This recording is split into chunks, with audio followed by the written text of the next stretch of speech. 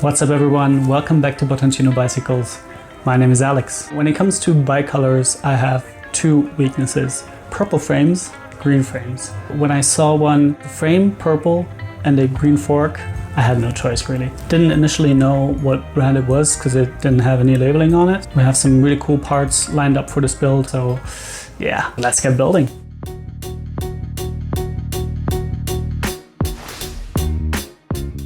Alright, so this is our starting point today. The bike has already been cleaned. There's still a few of the old parts on it. Some of them we're going to reuse, others we're going to replace. And the condition of the frame is pretty decent, considering obviously that it's almost 40 years old. Saddle is no good, it has two holes, so we're definitely replacing that one. Reusing this wheel set. Awesome chrome on it, hasn't even been polished yet, so yeah, that's gonna stay, but dork disc has to go. So let's take all the remaining bits off and make this nice and poppin' again.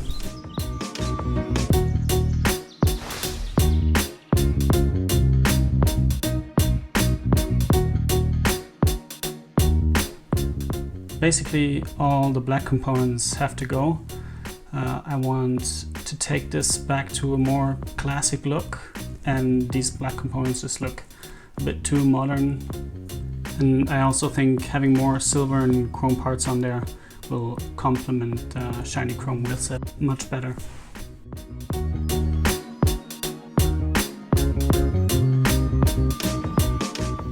The bottom bracket I'd like to reuse, so this is just coming out, getting cleaned, re-greased, and then going back in. This came off nice and easy, which is always a big relief on any vintage bike. And this doesn't look bad at all. Threads look good.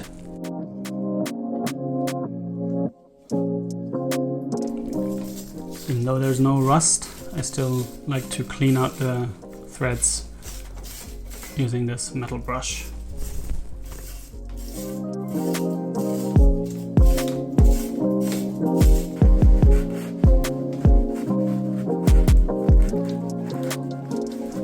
I guess this next part should have come with a trigger warning. Yep, screwdriver on the frame. What I believe happened here is someone repainted their house and had the bike a little too close to the action and some white paint spilled on it, and I could not get it off for the life of me.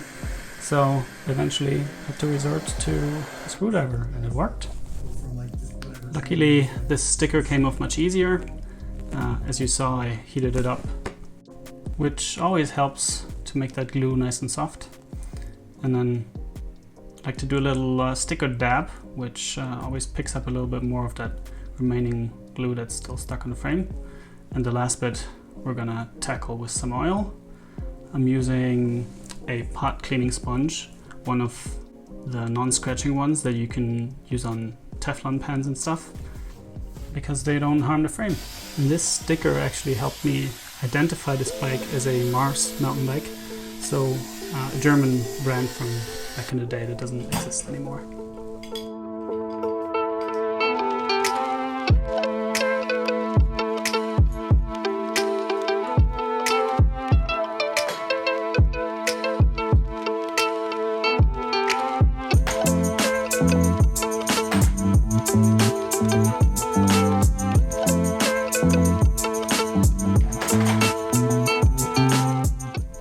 These look good as well.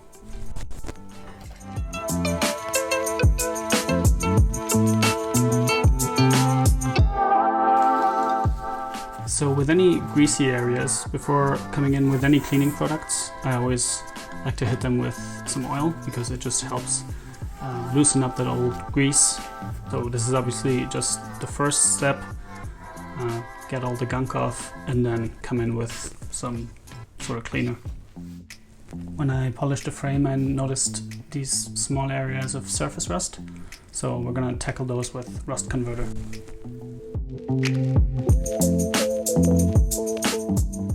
In terms of components, this is probably the centerpiece, if you will. a real 80s old school Bullmoose bar in stunning condition. Still gonna give it some polish.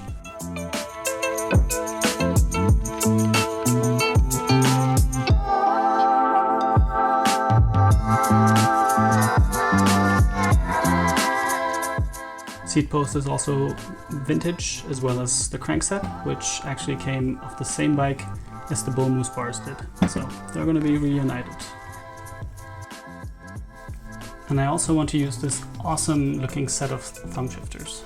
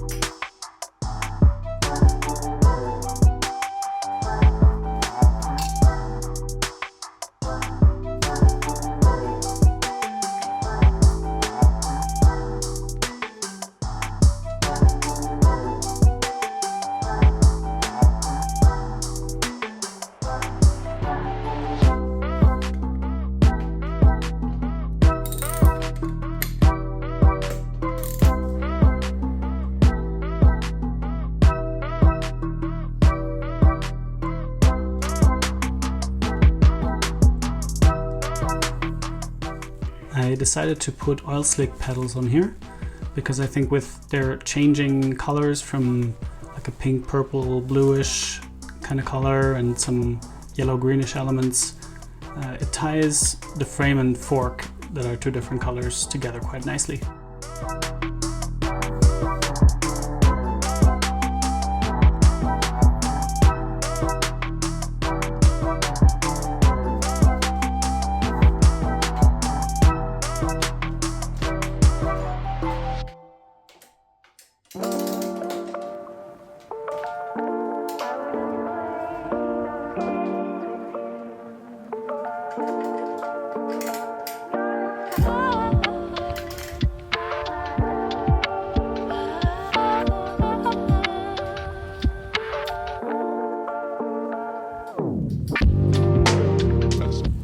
With these old school Shimano XT brake levers in black, I think is where the seat post choice really starts to make sense, because it's also mainly silver with some black elements, so we have that on both handlebars as well as the seat post.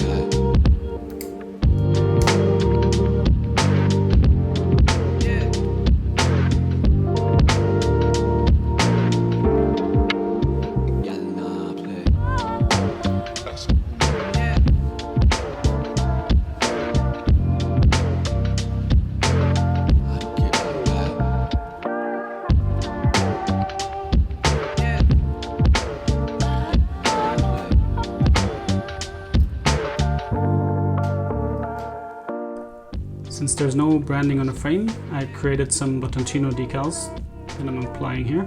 I decided to go for white because that will match the seat and grips.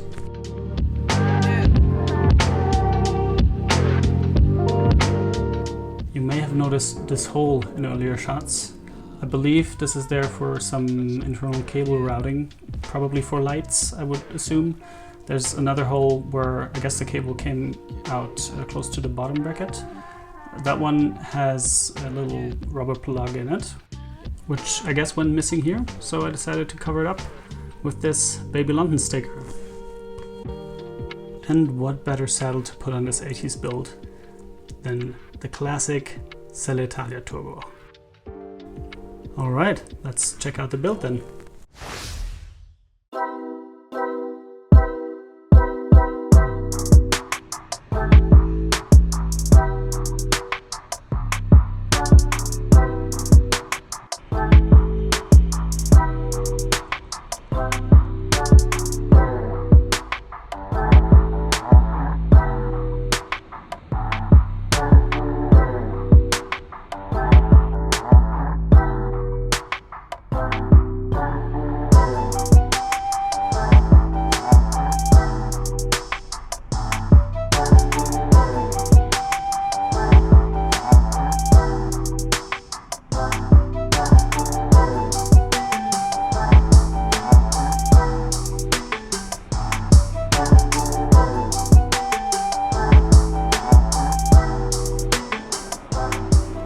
Gotta say, I'm really happy with how everything came together on this build.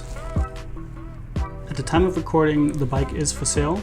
The link to the bike in our shop is in the description, as well as the link to all the individual new parts that we used. So make sure to check those out. Like if you liked, and subscribe if you want to see more of this. Thanks, and see you next week.